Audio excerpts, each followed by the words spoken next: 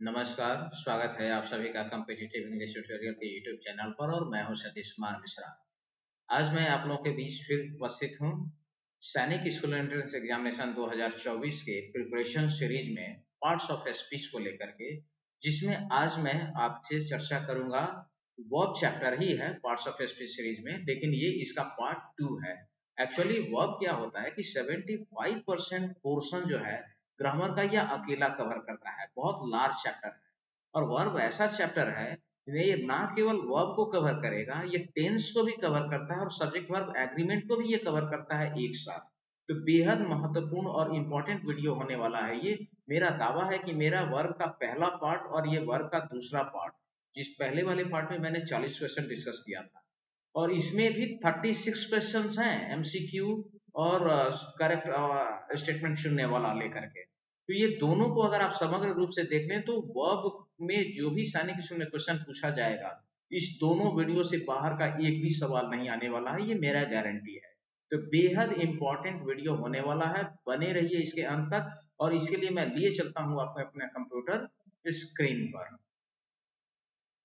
तो जैसा कि आप देख पा रहे हैं, ये वर्क पार्ट 2 है और इसमें आज हम देखेंगे एमसीक्यू क्वेश्चन है। एमसीक्यू के लगभग 26 क्वेश्चन है और 10 क्वेश्चन है करेक्ट सेंटेंस पिक आउट करने वाले। तो इसमें सबसे पहला जो सवाल है, इसको सवाल ये कह रहा है, they dash the notorious criminal yesterday. और आपके साथ ऑप्शन है हैंग, हंग, किल और हैंग्ड। तो यहां पर हैंग जो है ये वर्ब का पहला फॉर्म है। तो हैंग का दो अर्थ होता है, एक होता है खूंटी पर कोई सामान टांगना और दूसरा मतलब होता है फांसी देना। और फांसी देने वाले का जो रूप चलता है वो हैंग, हैंग्ड, हैंग्ड होता है। और जो लटकाने वाला है उसका रूप चलता है हैंग, हंग, हंग। तो पहली बात तो यह है कि यहाँ जब यस्टरडे दिया हुआ है तो ये V1 ऐसे ही खारिज हो गया यहाँ पर। दूसरा, लटकाना का जो अर्थ होता है टांगना, उसका हंग होता है, तो ये भी नहीं होगा। हम किसी क्रिमिनल को खूंटी पर नहीं टांगते हैं। और किल एप्रोप्रिएट वर्ड नहीं होगा, यहां सही ऑप्शन होगा hanged. They hang the notorious criminal yesterday. तो हैंग्ड मतलब फांसी देना। कोई भी नोटोरियस यानी उसको क्या कह सकते हैं, कुख्यात बदमाश, तो उसको कल फांसी पर दिया गया, फांसी पर लटकाया गया। तो दे hang the notorious criminal yesterday, this is the right answer. दूसरा है the old man dash under a tree all night. अब यहाँ एक वर्ड दिया हुआ है लाई। तो लाई का सेंस होता है झूठ बोलना और एक लाई का अर्थ होता है लेटना। तो जो लेटने वाला लाई होता है उसका रूप चलता है लाई, lay, lane.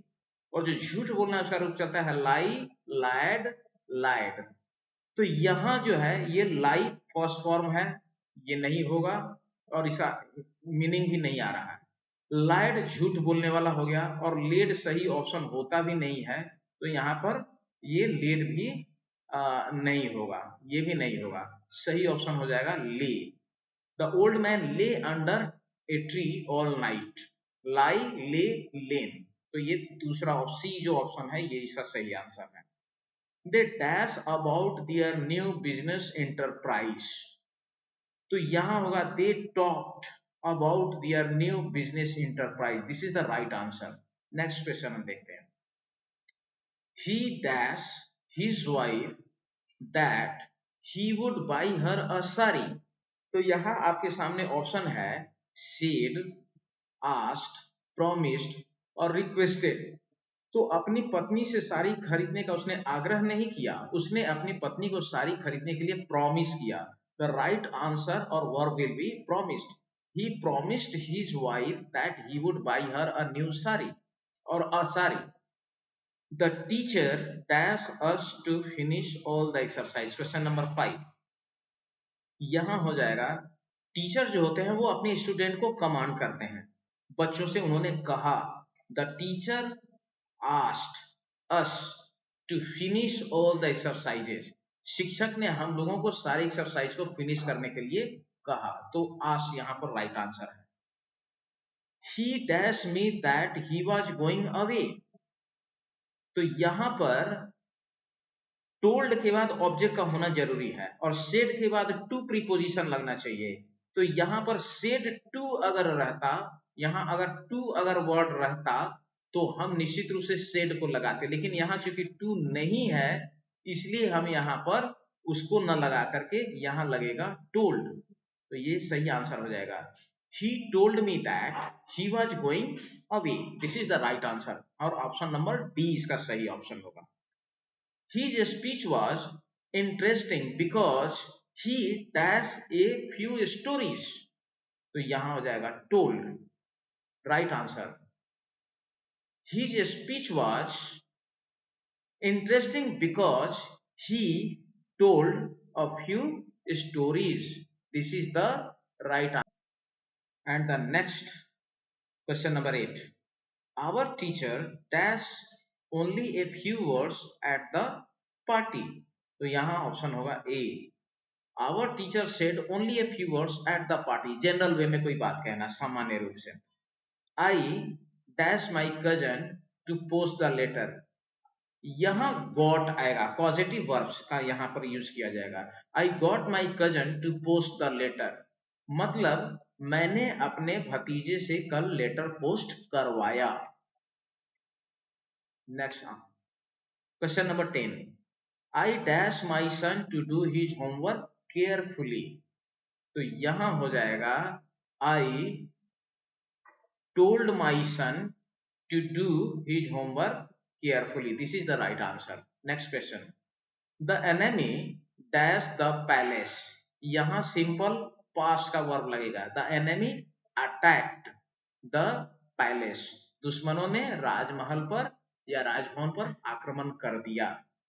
Next, we shall it. Shall के बाद V1 का प्रयोग करेंगे। We shall discuss it. Sorry, I did not answer you. यहां होगा आंसर टू नहीं लिखेंगे, I did not answer you. Simple, my friends in Mumbai said, gave, informed, asked। तो यहां हो जाएगा informed।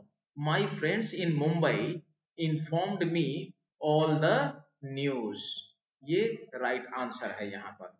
नेक्स्ट आप देखिए question, she dash to get up early in the morning। she refuses to get up early in the morning। this is the right answer, refuses। आगे देखिए question है, a lot of blood. अब यहां देखिए option क्या है, flu, fled, flowed, flow. Flow का मतलब होता है बहना और ये सिंपल प्रेजेंट है, तो घाव से खून बहना कोई हैबिचुअल एक्शन तो है नहीं और यूनिवर्सल ट्रुथ तो है भी नहीं है, ये ओकेजनल वारदात होती है, तो यहां पर ये नहीं आएगा। फ्लू जो होता है ये पास्ट टेंस होता है फ्लाई का, फ्लाई फ्लू, फ्लाई मतलब उड़ना, इसलिए ये कैंसल हो गया आपका यहाँ पर। FLEE, flee, fled, fled, flee मतलब भागना, तो ये भी कैंसल हो गया। और ये सिंपल प्रेजेंट तो है लेकिन ये नहीं लगेगा। फ्लो, फ्लोड यहाँ इसका पास्ट होता है, फ्लो का पास्ट होगा फ्लोड, मतलब उसके घाव से बहुत सारे खून बहे। तो this is the right answer. Next question, they dash me to remit the whole amount immediately. उन्होंने मुझसे पूरी रकम वापस भुगतान करने के लिए, तो यहाँ डिमांडेड सही ऑप्शन होगा, सेड नहीं होगा, demanded. They demanded me to remit the whole amount immediately. Correct verb चुनना अपने आप में एक बहुत ही टफ टेंस होता है, टास्क होता है, तो ये ऑप्शन होगा डिमांडेड। नेक्स्ट क्वेश्चन देखिए, the man dash that he had not stolen the jewellery. The man denied, तो यहां ऑप्शन होगा डिनाइड, रिफ्यूज नहीं होगा, डिक्लाइंड भी नहीं होगा, प्लीडेड भी नहीं होगा। The man denied that he had not stolen the story. इस बात से उसने इनकार कर दिया कि उसने ज्वेलरी नहीं चुराई है। नेक्स्ट क्वेश्चन देखिए, I couldn't dash to his letter yesterday. यहां आंसर होगा कुडंट है, ये भी मॉडल वर्ब है और मॉडल के बाद में V1 का यूज करते हैं। I couldn't reply to his letter yesterday। This is the right answer. Next, this book, अब कंपोज का मतलब होता है रचना करना, तो ये सही ऑप्शन नहीं है। कंप्राइजेस ये भी नहीं होगा, और कंटेंस भी नहीं होगा। This book consist of 20 chapters, और यहाँ ऑफ प्रीपोजिशन जो लगा हुआ है ना, तो कंसिस्ट के साथ ऑफ प्रीपोजिशन आता है। This book consist of 20 chapters, therefore option will be B, right answer will be B. Next question आप देखिए, my friend dash me to see a doctor, मेरे मित्र ने मुझे डॉक्टर से मिलने के लिए कहा। तो डॉक्टर से मिलने के लिए कोई भी सजेस्ट कर सकता है, वकील से मिलने के लिए कोई कह रहा तो ये सजेशन के रूप में आता है, तो यहाँ suggested is the right answer, told नहीं होगा। बच्चे टोल्ड भी मार देंगे, सेड भी मार देंगे, बट सेड टू होगा, तब अगर टू रहेगा तो सेड लगेगा, तो सेड नहीं लगाएंगे। My friend suggested me to see a doctor, doctor से मिलने के लिए कहना एक मशवरा देने के रूप में होता है, तो this is the right answer. Next question देखिए, the police dash the leader to enter the city, अब यहां पर होगा फॉरबिड, सिंपल पास्ट, पुलिस ने नेता को शहर में प्रवेश करने से रोका, तो फॉरबिड यहां सही ऑप्शन है। नेक्स्ट देखिए, someone dash her new watch last night, तो समवन स्टोल, लास्ट नाइट जो है ना, ये सिंपल पास्ट पे बीती हुई घटना को इंडिकेट कर रहा है, तो यहाँ ऑप्शन नंबर डी सही होगा। समवन स्टोल हर न्यू वॉच लास्ट नाइट। उसके बाद क्वेश्चन है, the boy dash the tree, the answer will B climbed, the boy climbed the tree, climbed on नहीं होगा, हैज क्लाइंब्ड ऑन नहीं होगा, और हैड क्लाइंब्ड ऑन भी नहीं होगा। ही dash in the examination, failed, plugged, failed through, plugged through, the right answer will be failed, he failed in the examination. Next, we dash a goal, अब गोल हमेशा score किया जाता है, मेड नहीं, हमने गोल बनाया नहीं, गोल किया, we scored a goal, appropriate answer है गोल करने के लिए स्कोर बॉल, एप्रोप्रिएट वर्ब है गोल करना, स्कोर ए बॉल, काम करना, डू ए वर्क, गोल करना, score A goal, this is the right answer. अब क्वेश्चन का एक दूसरा पैटर्न देखिए, choose the correct sentence from each pair, यानी वर्ब सही तरीके से कहाँ यूज किया गया है वही सेंटेंस सही होगा। जैसे पहला सेंटेंस है, ही मिस्ड द ट्रेन और he couldn't catch the train, तो it is appropriate to say he missed the train, this is the right sentence, correct sentence. दूसरा ऑप्शन देखिए, ही ज्वाइंड द लॉ और ही प्रैक्टिसेस द लॉ, वह law की practice करता है, law को join नहीं करता है, तो right answer will be A, sorry B, he practices the law.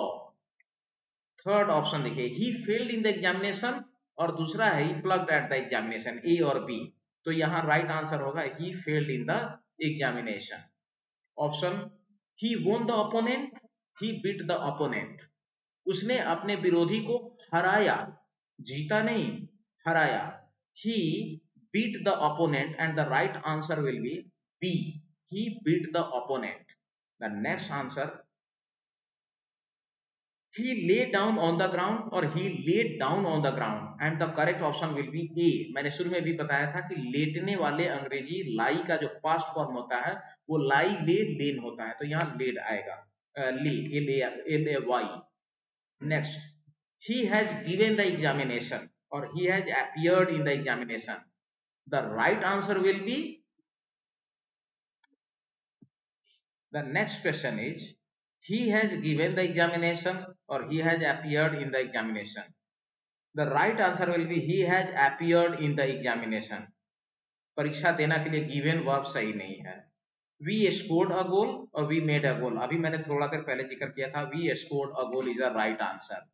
Next, we held a meeting, we did a meeting, हमने एक मीटिंग किया, the appropriate answer will be option A, we held a meeting, not we did a meeting।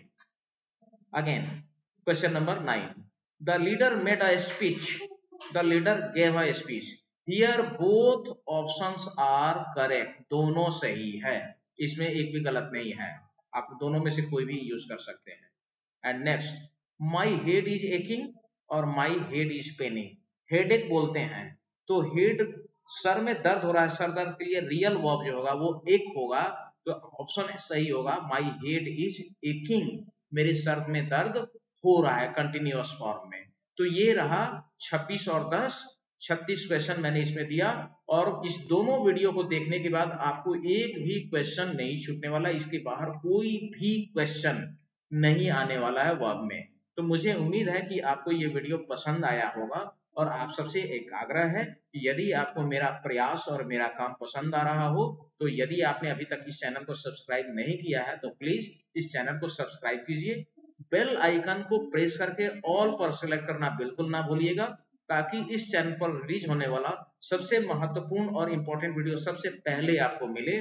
और आप अपना सुझाव comment के माध्यम से दीजिए, और भी यदि कोई, जब तक एग्जामिनेशन है तब तक एक पार्ट इंपॉर्टेंट वीडियो मैं लाता रहूंगा। ये सीरीज मैंने वादा किया है आप लोगों को देने के लिए, ये मिलता रहेगा।